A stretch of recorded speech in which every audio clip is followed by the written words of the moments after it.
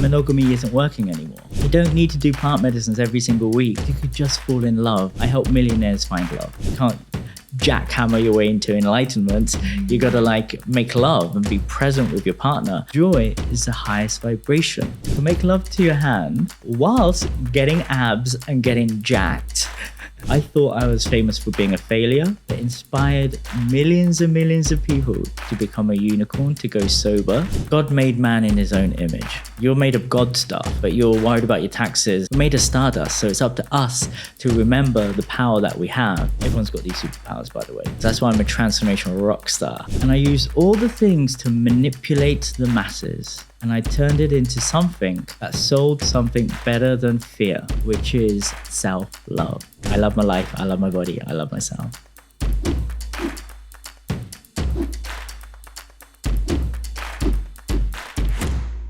Hello everyone, welcome to this episode of Many Firsts, the podcast where we explore the power of first-time experiences and share transformative and inspirational moments in our lives. I'm your host, Regula Fischer, and I'm super excited and happy to be here today, live in the studio with Shaft Uddin. Welcome, Shaft. Thanks for having me.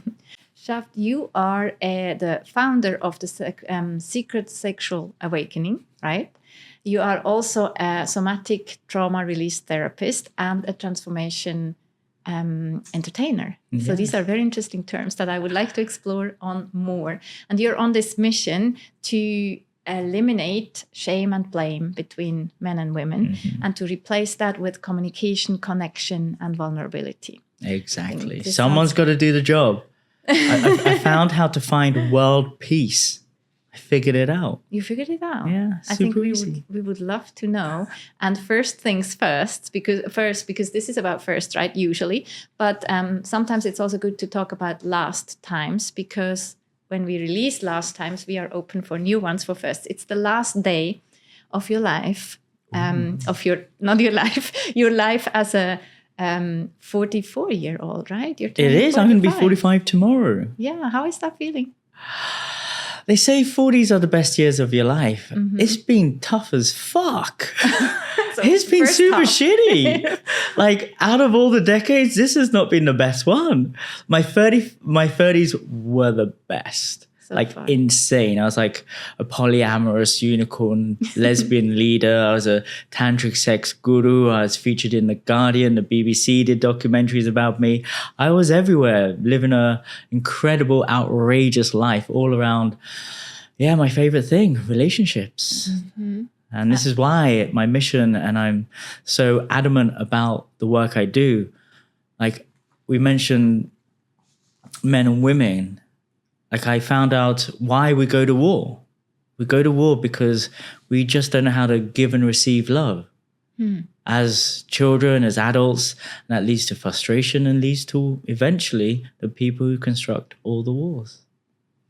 So, yeah, what you're saying, I mean, we know there's war in the world, and still not everyone tries to or would know or would want to find a way to resolve it, because it's just such a big thing, right? And it's somehow always been there. What got you on the path to say, what you said at the beginning, someone's got to do it? Yeah. I got sober. So for the first time, I got sober in 2014. Was that in your 30s? What's that? Was that in your 30s? I was 34. Yeah. My awakening, my spiritual awakening happened then. I was roaming around in the desert as this fabulous unicorn. One of the biggest brands I've ever created is the Fabulous of Unicorns. It was a movement, and it was just me at the time. And eventually millions and millions and millions of people decided to become unicorns as well. There's a period in human history where everything was unicorns, from mugs, cups, and then everyone started using the phrase unicorns. And I made sure that happened. It was me who made that happen. I come from an advertising background. Yeah. So I've worked with Samsung, I've worked with Fox TV, I've worked with Disney, I've worked with Coca-Cola, I've worked with Shell Oil, I've worked with Smirnoff, I've worked with Guinness, I've worked with every major brand on the planet, but also at the biggest agencies in London, from Saatchi & Saatchi, Ogilvy, JWT, basically just go on my LinkedIn, shafted in, and you can see my CV. And I discovered something. I discovered how to change millions and millions of people's lives in a really shitty way. I'm going to make you feel so insecure, you're going to buy stuff you will never need. And that was my job. And I loved it. I loved it. All I had to do was just make pretty pictures. And that was it. And I bought a couple of amazing houses in London. I was living the life of a king. I didn't come from wealth or anything. I came from poverty. So I had enough time and money during this time when I was 34 to travel the world, going to every single Burning Man in the world. I'm a hedonist. I'm still a hedonist to this day. I love pleasure. And I promote healing through pleasure. It doesn't have to be so hard. If the highest vibration, and this is all to all the broke woke hippies out there, if the highest vibration is joy, why aren't you laughing? Why are you taking life so seriously? When was the last time you had a full belly laugh? A lot of people in the field of personal development aren't laughing. This is a big issue. They're also petrified of being in love and having sex. So that's another issue as well. So there's more isolation than ever before. So I'm here to address that. So I come from this high level, highly functioning world of advertising, making you feel shit to buy stuff you don't need. I get sober. Oh yeah, I also worked in charity work, and I also did really good work for the planet as well. Turns out there's a lot of money to be made in working for charities as well, which means where's the money really going? Many, many things to unravel there. So I got sober, not because I wanted to, because I just couldn't get drunk at Burning Man. And I became this unicorn. And I used all the things to manipulate the masses. And I turned it into something that sold something better than fear, which is self-love and joy. Hashtag spread the sparkle became my thing. And I created the Fabulous of Unicorns when I was still drinking and taking drugs. I was a drug addict and an alcoholic. 2010. That's when I started the whole unicorn movement. 2014 was when I got sober, and that's when my life fell apart and I descended into hell.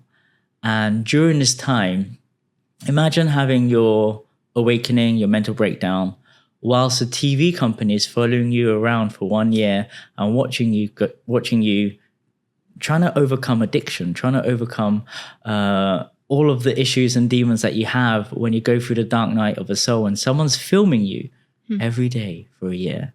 That's what happened to me.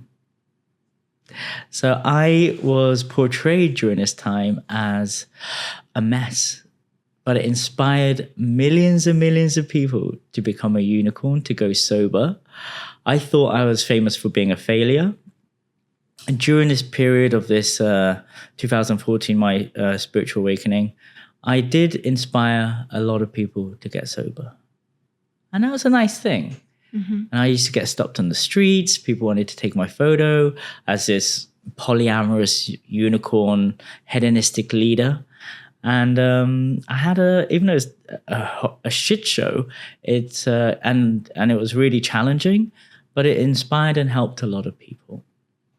And when you said, so you went sober as a unicorn, the unicorn had started before while you were still on. Yeah. And then through that, the people who joined your movement saw your process of getting sober and followed that, were inspired by that. But also my old unicorns kicked me out of my own community because they couldn't understand, because I was a leader. Yeah. They couldn't understand why I was doing a thing called Tantra, why I needed to do these strange esoteric practices in order for me to not go insane.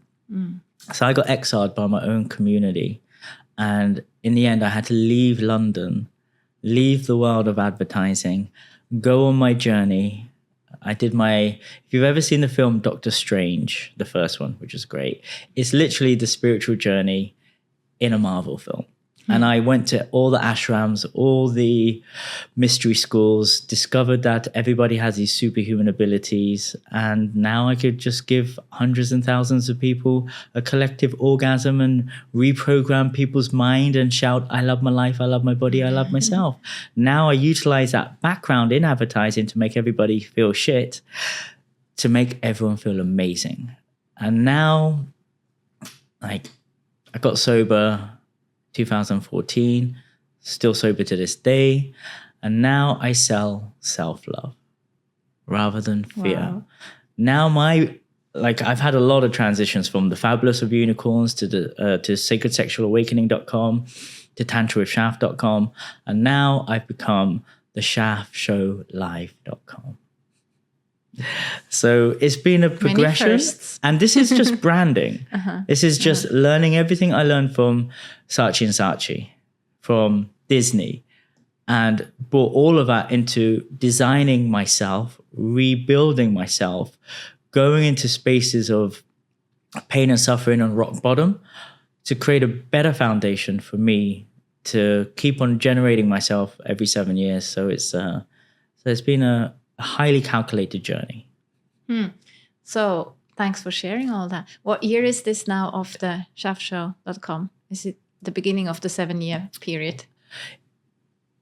www.theshafshowlive.com. Shafshowlive.com.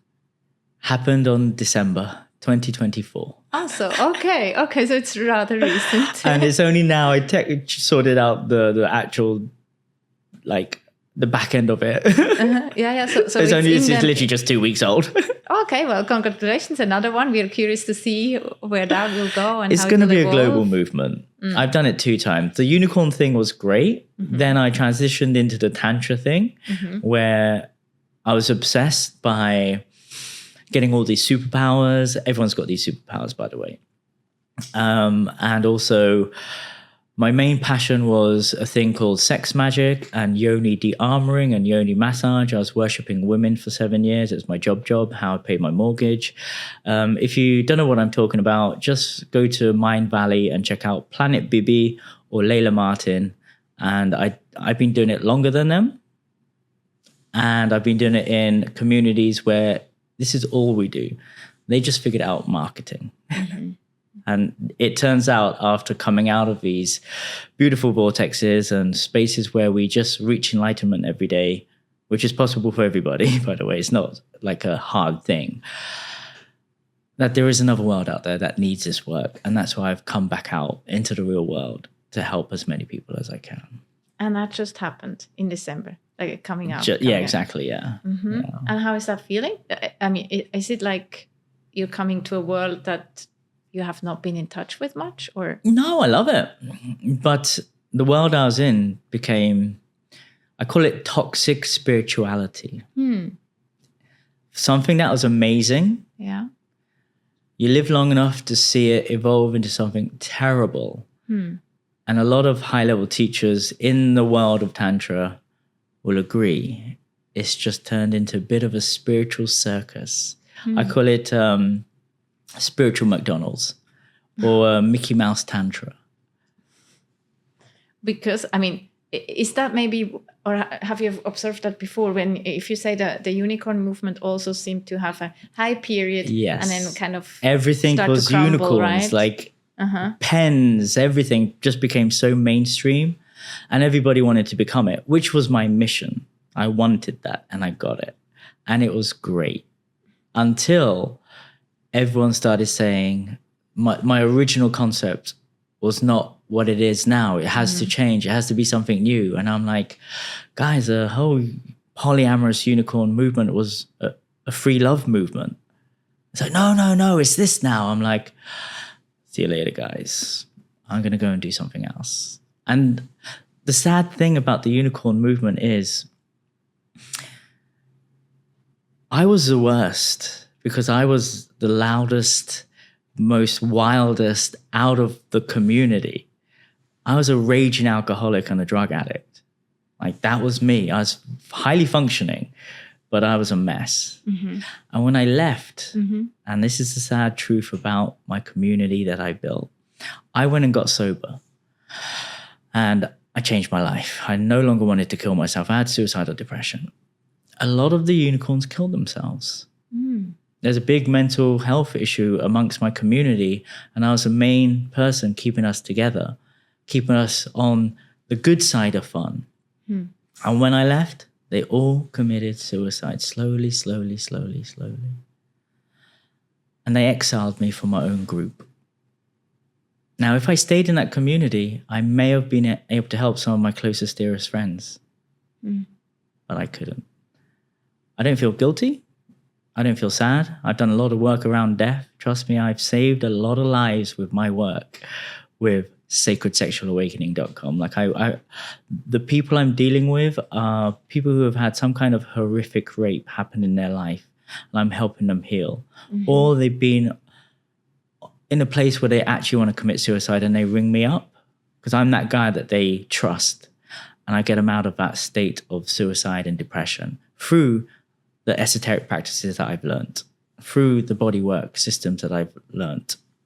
And I certify now, and I help people, anybody, go through the same recovery process that I went through around addiction and suicide and depression and anxiety and stress and all the things that I had. I have a long list of mental illnesses, which I don't have anymore.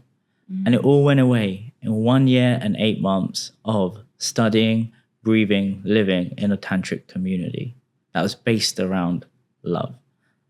This is why I'm so adamant about human connection. Romance is my thing. Having incredible sex is my thing. Reaching enlightenment through your vagina is my thing. Reaching enlightenment through your dick is your thing, is my thing.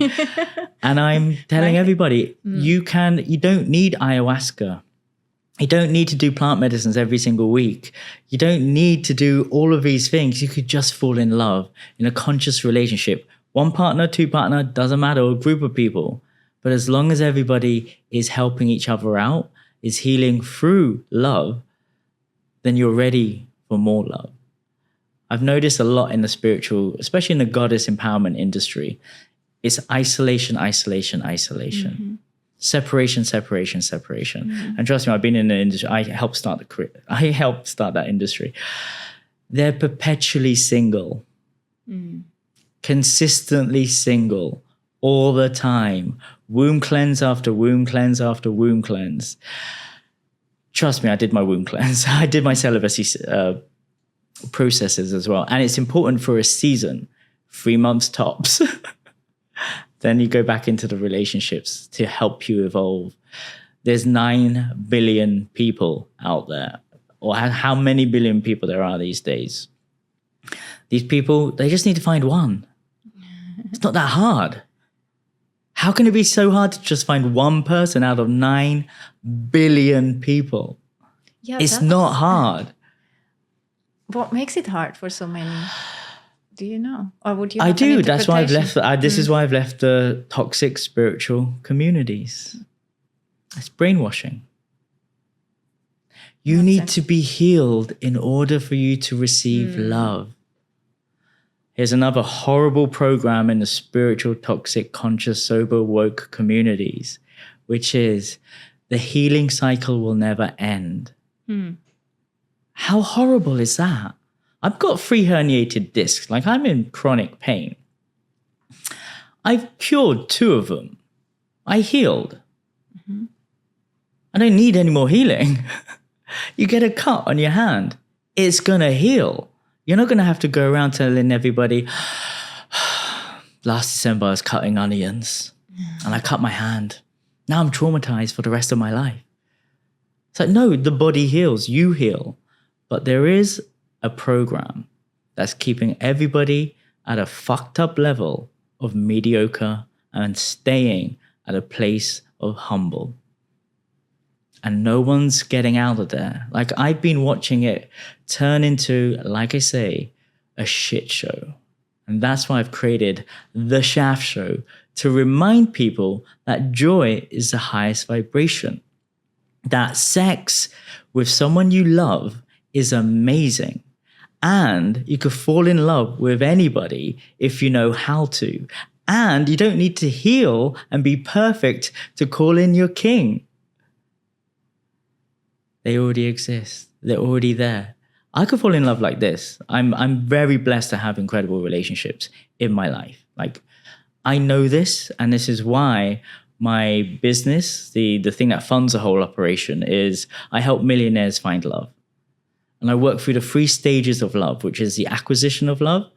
The hardest part, and trust me, I had suicidal depression because of this, which is the healing from love, the heartbreak, the heartache.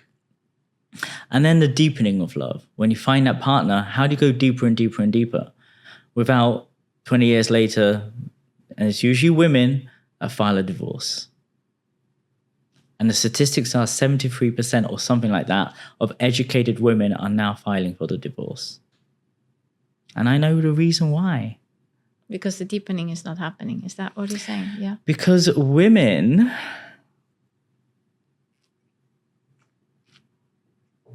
are bored of the same dish over and over again.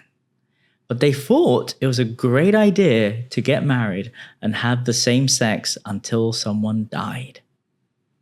And they inherently, all women know this, they should be having more pleasure than the one that they're getting.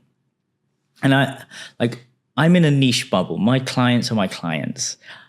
11 years seeing the same thing over and over again. It makes me think the whole planet's like this, but the whole planet isn't. But statistically, monogamy isn't working anymore.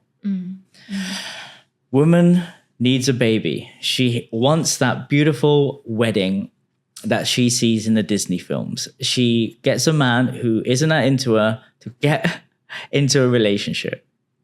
Then he's into her, and then he's happy. And he's getting incredible sex because he's ejaculating over and over again. He's having the best time of his life. Her hormones are all over the place. The honeymoon period is great. They're having a great time all of a sudden. They're into it. They have a baby. Then somehow the energy either stops on one side or the other. The person who controls the sex controls the relationship. So one person's actually going to say, not tonight, love. I'm tired. A few years later, the other person just gets used to it. A few years later, one person says, I am having the best relationship. We are better than ever. The other person is already talking to their community and they're figuring ways to get out of that relationship. And when they file that divorce, they type in sexual awakening, cosmic level orgasms, and then my face comes up, and that's when they book the session to start the next chapter of their life. When their children have gone to university, when they're ready for the cosmic level orgasms, and the other person just has no idea why it happened. Because someone somewhere didn't communicate. That's a and they built up resentment and complained to all of their people. Now I'm using the word them because it's not just women, it's actually men as well. It's like whoever is the one that isn't receiving the love that they desire, the one that isn't getting the sex and intimacy that they desire, and they just got used to it. So what you're saying basically is that, it requires communication is one thing, but so it requires what we typically also here is called work, right, in the relationship to get to that deepening that you say would be the second part or phase. Yeah. And then what's the third? It's usually a cycle. So the acquisition of love, to get a girlfriend or a date or something, that takes a lot of work. So the foundation is, the way I work with my clients is yoni de-armoring, yoni mapping, Shakti surrender, and the initiation. So it's actually a package that I offer to women to help them release the trauma from where it's held, which is inside of the yoni. So it's a somatic release trauma therapy. So I've had a client who... title I mentioned, So I had a client who, she was very quiet. She didn't speak out. She was very submissive. She didn't understand why she wasn't stepping into her power. Business was going well, but she could never find a husband or a boyfriend or anything. I have a session with her. I give her a yoni de-armoring session, and all of a sudden, this energy is flowing through her body, and she's highly orgasmic. She has a psychedelic transcendental experience because the tension in her yoni, the pain, was able to be released. She tells me this story. Her first ever boyfriend was highly possessive, repeatedly raped her. She didn't want to be in that relationship, and she tried to escape, and he tried to kill her. Now, this is every day for me. This is my job. This is what sacredsexualawakening.com is all about. This is helping women heal through their trauma, through a very specific method. Doctors aren't helping. Therapists aren't helping. Pills aren't helping. And they know that there is more to pleasure than what they're experiencing. Nothing's working. So they go on this path and they search yoni dharming, yoni mapping tantra, because they heard that there's some kind of sexual awakening there. So I help her heal. I make her feel safe in the sessions and the container that we build together. She's able to let go of his story because it's just the body holds the score. There's tension and trauma in the body. You do a simple process called trigger point release. You could do it on your shoulders, on your body, or anywhere, and it releases spasms and let goes of trauma, or it's usually emotions. Or in this case, 100% of the time with my work is sexual trauma. So it's a story or memory gets released through pain, and then pleasure fills up that pain. So I literally just spoke to her during Christmas. She has a baby now. She became the top podcaster in her country.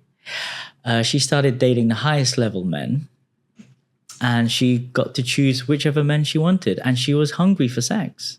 She was hungry for love. She was hungry all of a sudden from being scared. And it's okay for women to have a hunger for sex, finally. It turns out women have a higher sex drive than men. It turns out that women actually have a higher libido than men. It turns out that we've been fed a lie that women are pure, that they're scared, they're petrified of men. It turns out a woman in her power takes what she wants, she gets what she wants, and she always gets what she wants, which is a lot of pleasure, a lot of babies, and a lot of love from one man or two men or whatever. So I've been watching this for 11 years. And I love my job because I get to see the transformation. I love getting the messages from my clients saying, thank you. We thanked you at our wedding. Thank you. I have a baby now because of you. Thank you. And this is like, that's women. For the last 2 years, I've been working with men, and a lot of men have erectile dysfunction, premature ejaculation, porn addiction.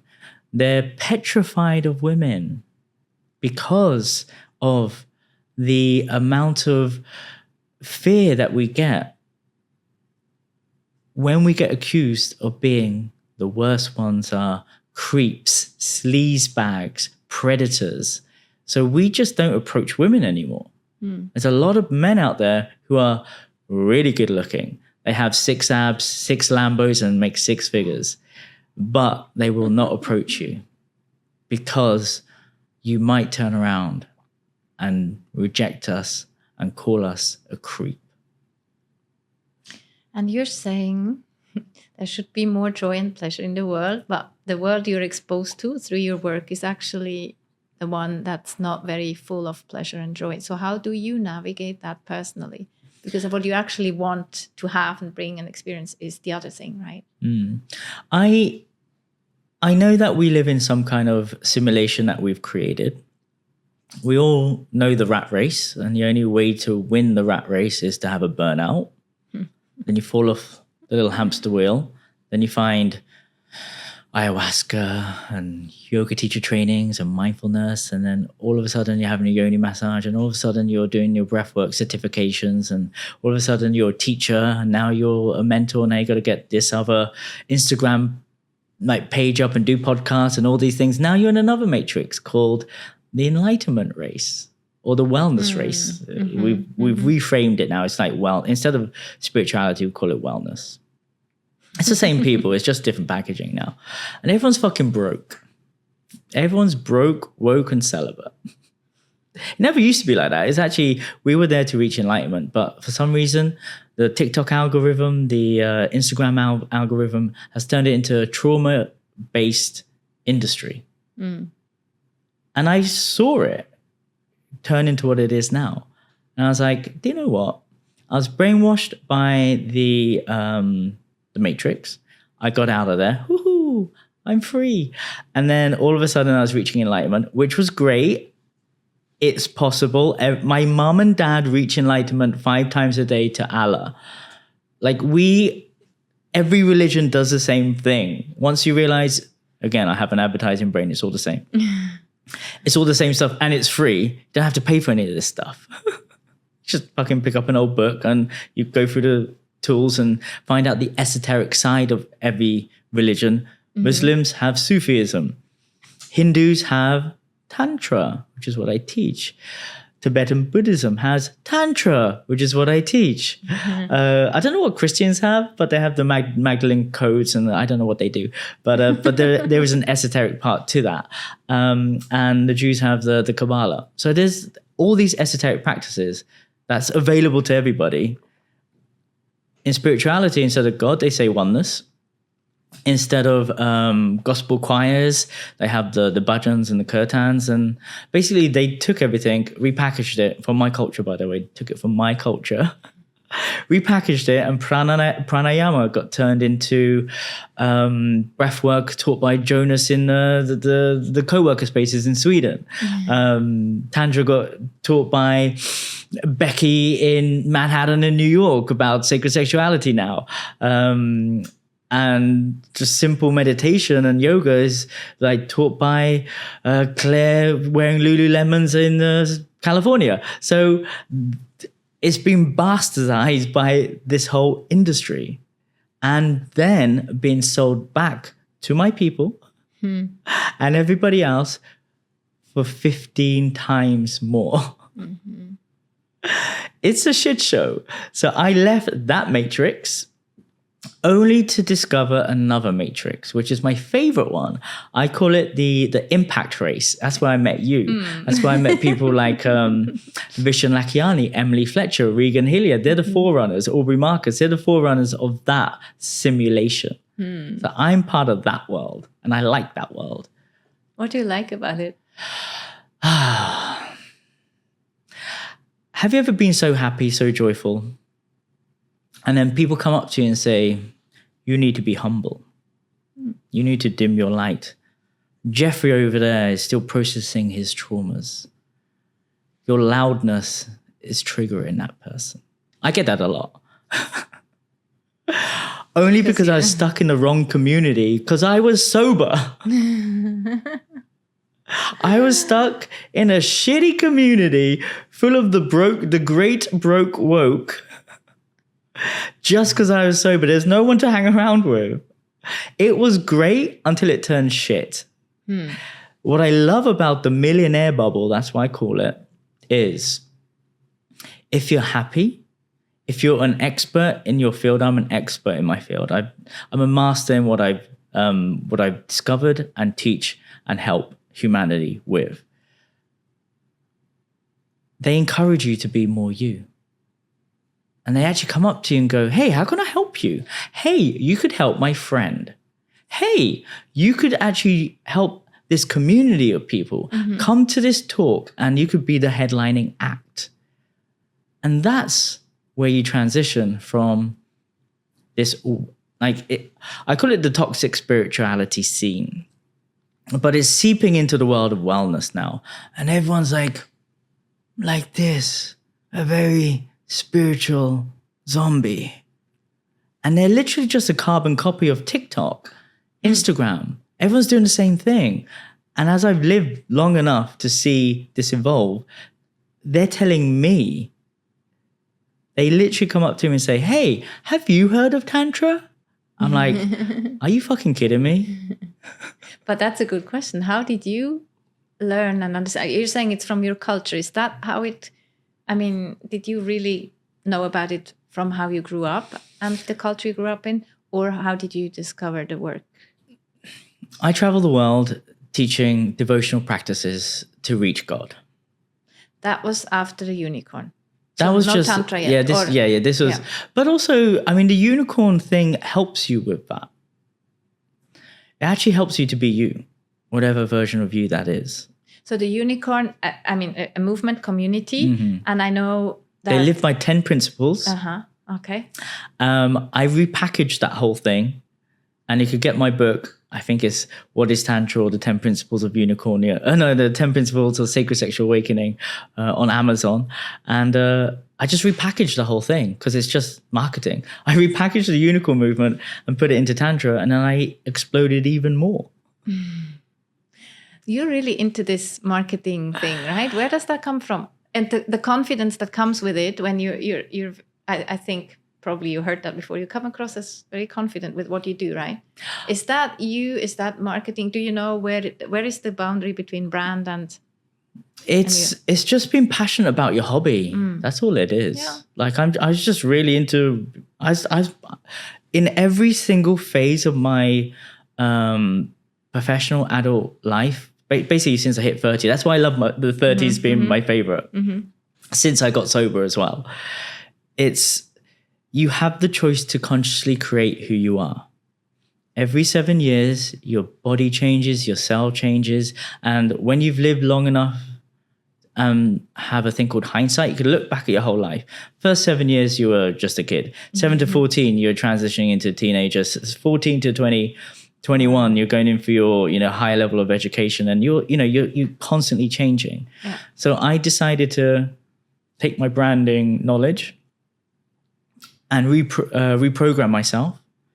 And when I go through these stages, it's always the first 2 years are the transitional periods. Like I'm out of my transitional period now. Like I'm in like the God mode level where you can manifest anything you want. Like life is easy now. But when you're going through a conscious rock bottom, like when I was 42 to 45, it was hell. It's really hard. It's really like I'm in chronic pain. Like my body's fucked, but I'm fixing it.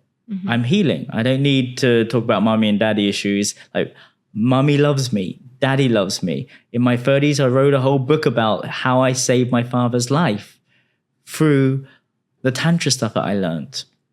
He had a stroke. I healed him. I held him. I made him cry. Read all about it in my book. I don't need to talk about it anymore. That's a chapter of my life that I'm moving on with. Daddy loves me. He's my hero now.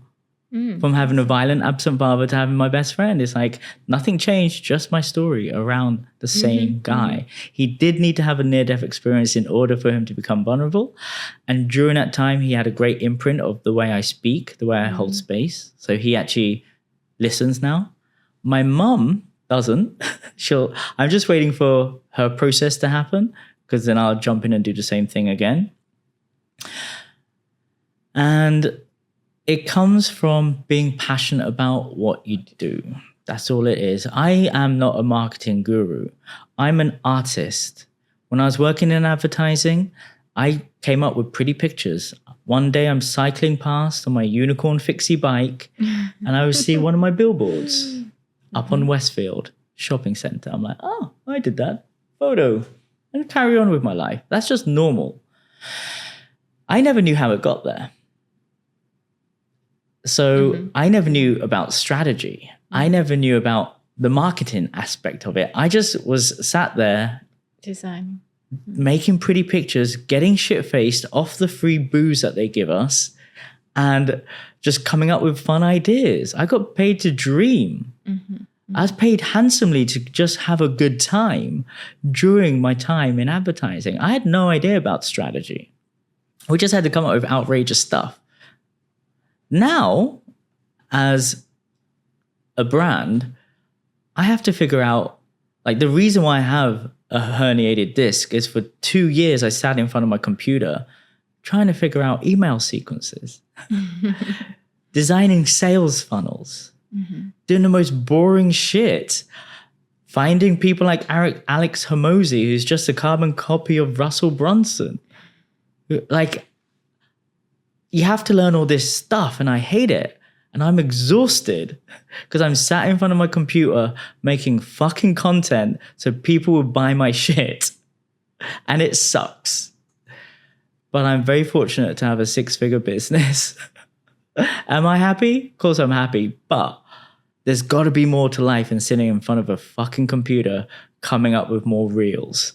Yeah, and what helps you when you're going through these periods that are painful, like where you're exhausted, do you just accept it, surrender to that, or are there things you do specifically then? Yeah, I don't believe in burnout anymore. I don't believe in burnout. I mean, I am in pain, but I'm the most jacked I've ever been with 3 herniated discs. I stayed away from this community that says, oh, you're in pain on the right side. You have to go and heal the connection with right side, daddy, mommy, I don't know. Go and they say, no, you need to rest. Stay still. And then you meet other people who are jacked, sports massage therapists, and actual people who work with athletes. And they say, no, you got to keep on moving. You got to go to a gym. If you can't move that arm, you can move that arm. Who do you listen to? When you're rock bottom and you don't know who you are, you're just going to listen to who's the loudest. And you realize the whole thing is just a bit of a shit show unless you work with somebody who is just a few steps ahead of you and you trust, or has the body that you want, or the business that you desire, or has the qualities that you're looking for. And then you become friends with them, and then eventually you work with them. Like the people that helped me out, like in 2017 was the peak of my fame. I was famous for giving yoni massages. I was famous for being a tantric gigolo. I was famous for really going deep into the world of tantra and teaching sex magic. And I retired for 7 amazing years. Then I eventually came out of that. But in 2019, I got a crack in my neck from giving too many yoni massages.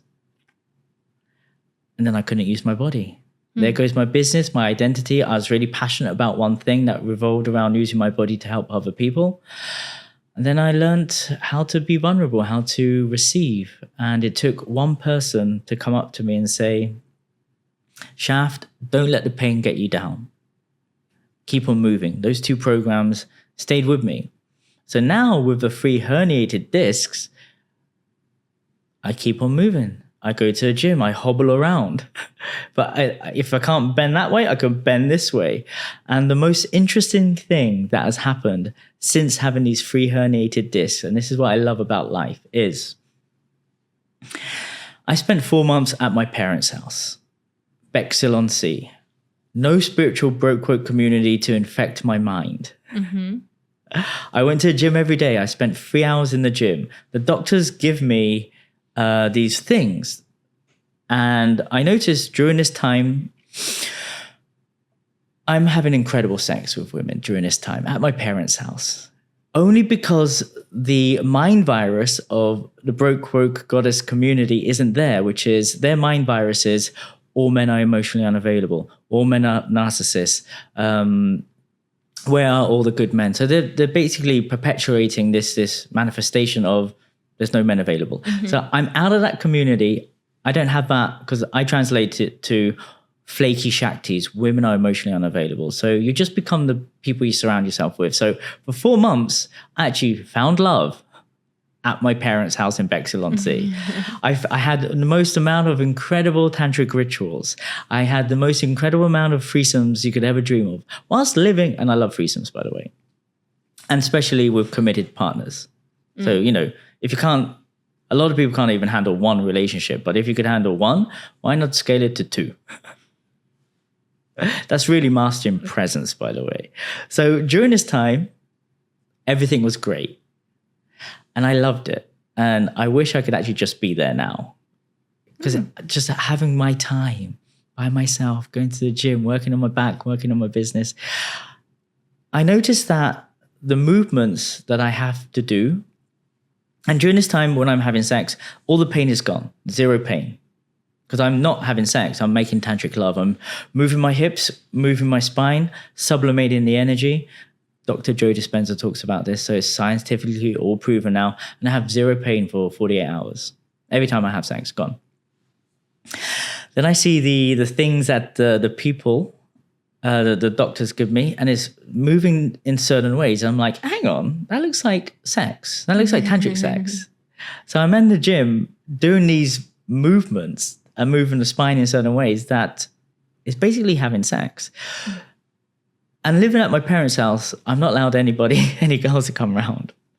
So I have to develop a technique where I actually make love to my hand in the way I make love to these women. So I'm moving my spine and moving my hips in certain ways that releases the tension from my L5. So I've developed a technique where you can make love to your hand whilst getting abs and getting jacked in a simple 8-minute practice. Like, the foundation of my whole business is a self-pleasure practice. It's called the shaft method. I teach it to men and women. It's the same practice.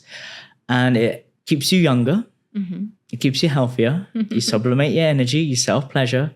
The problem for women is when they do this, their problem is overwhelm. So from men, so they get too many options and they need to learn about boundaries.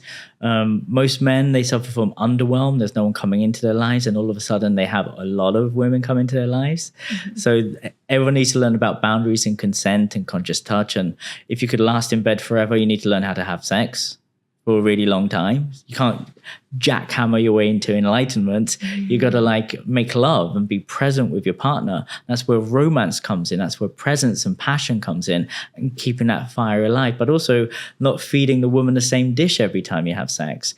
Have a variety. And there's so much different variety and language in the act of tantric lovemaking. So this is something that I've discovered whilst being at my parents' house by myself, away from all the noise. Mm. And this is why I'm ready to share this new stuff with the world, getting out of the broke spiritual, toxic spirituality scene, getting out of the world of wellness and finding normal people again, coming back into the matrix and going mainstream. Well, what can I say now? Welcome back. And this is to your second half of the 40s. I'm curious to see what you will say when you're at the end of the next 7-year period. Maybe we should have a conversation. 49.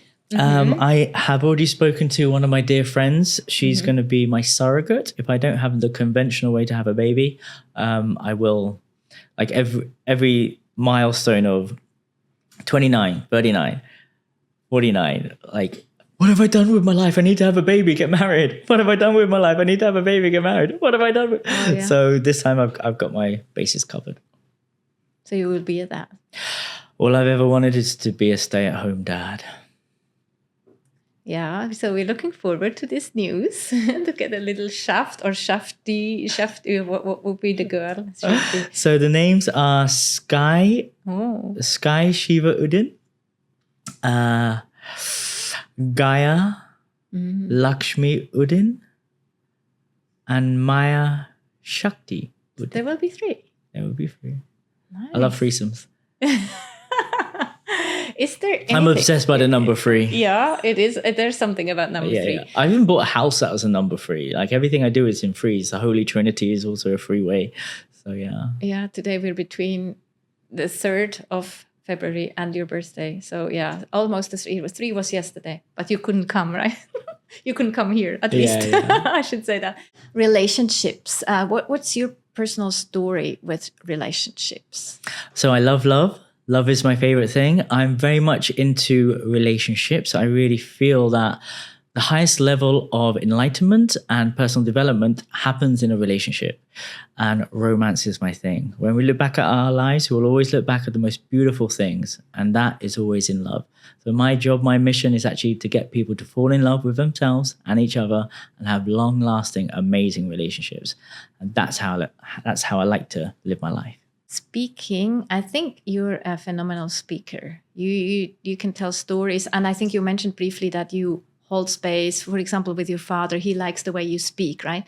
Is speaking something you intentionally use in life?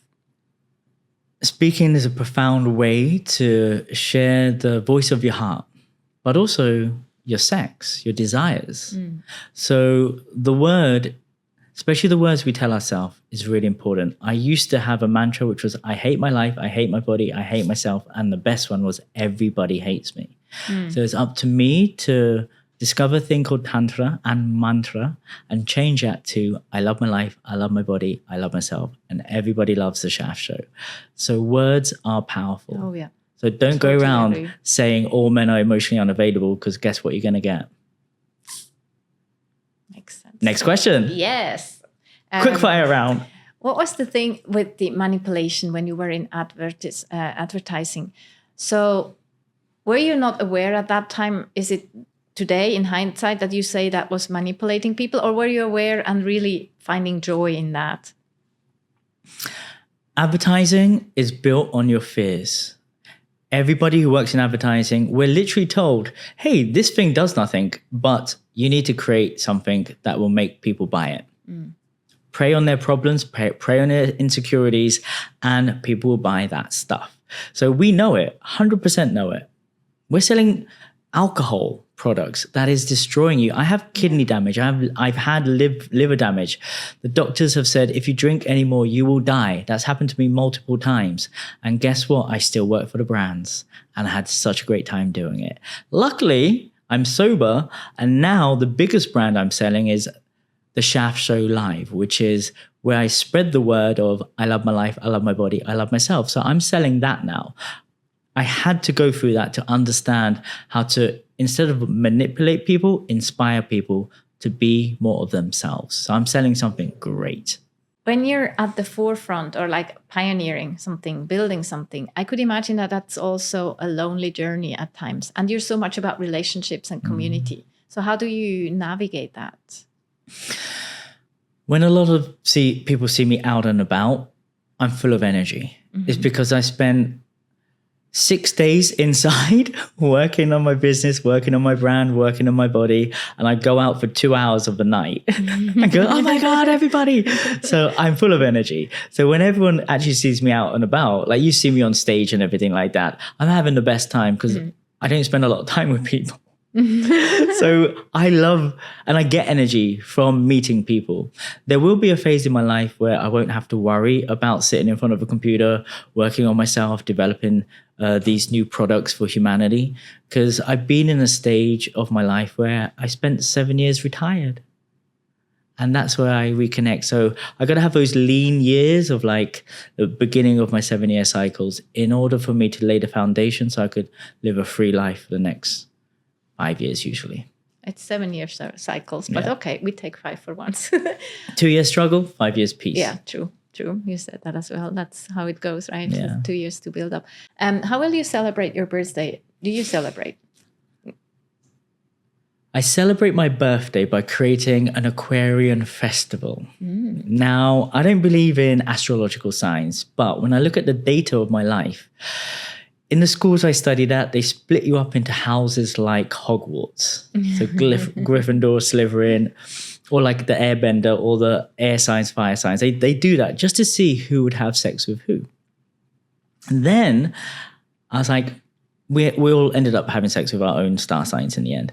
And I was like, is there any truth in this? Or did they just like, encourage us to tell us what would happen? But then I looked at my ex-fiance, an Aquarian, my beloved who I was going to spend the rest of my life with, an Aquarian, long-term girlfriend's first ever girlfriend, Libra. I thought there might be some truth in this. And then they told us some secret combinations, which, you got to DM me for the secret combinations. And I tried it and it worked. So every birthday I have an Aquarian festival, and I gather all the Aquarians so we could all fall in love with each other. So we're literally doing that tomorrow. The age of Aquarian. Yeah, that's song and everything. So you said everyone has got superpowers, right? What are superpowers for you? What is it? You say multiple ones, right? Superpowers. What are they? So every human has superpowers. The old tantric texts, the 112 meditations for you to reach self-realization, and every single religion do these processes in order for you to activate your Shakti energy, your Kundalini energy.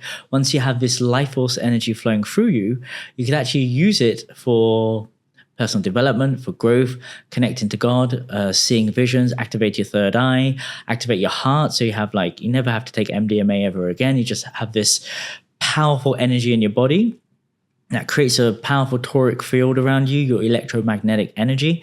And then you can start magnetizing whatever you want into your life. So God made man in his own image.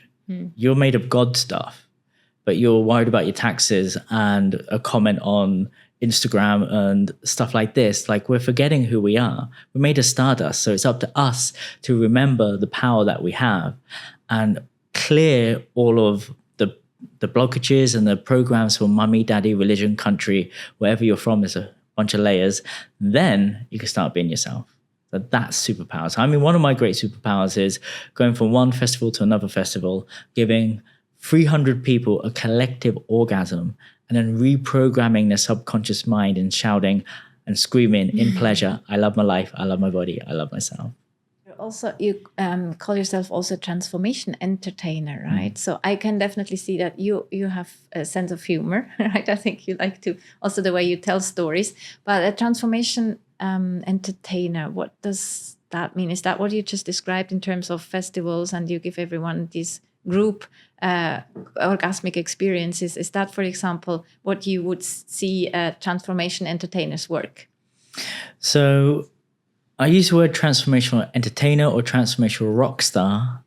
So they live on bigger stages. So I've been in front of 30,000 people at Exit Festival. I've been in front of 13,000 people at Natural High Healing Festival. I've been in front of 100,000 people at Boom Festival. Like, I'm able to transverse different stages and deliver a message of self-love. If I was a guru or a humble person, I only have access to 15 people in the yoga shala.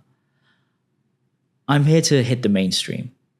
And as an entertainer, it's less loaded, it's less woo-woo, and it's more fun. And through fun, I get to capture the hearts and minds and sex of a lot of people who are open to self-love and transformation. And at the same time, I think when people are at festivals or in front of the stage, so the audience, I think, is more like in a consuming kind of place. They're hungry to receive the information you're given. I actually have social anxiety, believe it or not. But the 2 hours I get on the stage or the 5 minutes, they're there to see me. So they've given me permission for me to share my wisdom. But at a dinner table, there's going to be 27-year-old life coaches telling you how to live your life. And you don't get a moment even to share who you are most of the time. Everyone's just waiting for them to talk about themselves. And I've been trained to listen. So no one actually knows who I am or what I do. And how would you see the impact on an audience if they're more in the consuming state, you know? When people are open and receptive, the transformation happens. That's why I'm a transformational rock star. So I love seeing people who come up to me, and I've been a performer for 20 years. I used to be a break dancer. I used to be a unicorn. I've been on the stage all my life. So I love it when people come up to me and say, your dance inspired me to help me dance more. Your speech helped me to have a better relationship with my girlfriend. Or last night we had the best sex of our lives because of your talk. Or I healed the connection with my father because I was so inspired by the little message that you sent him at the start of your healing journey around healing the connection with your father. So I've got practical tools because I have this advertising background that I could help the whole of humanity heal and just have a better time so they could just be themselves.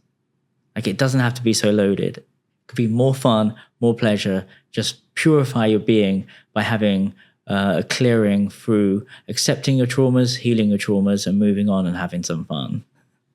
Yes, more fun. As you said, it doesn't have to be so hard, but I don't even want to say the word because, as you said, words have power. Yeah, more fun. Thank you. That was fun, at least for me. I'm glad you had a nice time. So thank you very much for being here today. Thank you for having me. Is there anything you would like to kind of say as a final message, or? Yes, my mission on this planet is to share this mantra. So repeat after me. I love my life. I love my life. I love my body. I love my body. I love myself. I love myself. And ever since hanging around with Vishen Lakhiani and all of his mates, one of his friends gave me an extra bonus round, which is, and I love making 10 grand a day. And I love making 10 grand a day. That's how I got my 6-figure business. It's great. Thank you for that gift. That's something we can all integrate and implement. Thank you so much. And I don't know if we can say it one day before, but happiest birthday. Thank you. Thanks, everyone. If you liked today's episode, it would mean the world to us if you like it and share it with anyone who could need a boost in courage. We would also like to hear from you. What are your reflections after this conversation? Share with us in the comments, and let's keep creating intentional, powerful firsts together. We'll see you next first time. Until then, much love and courage. Ciao.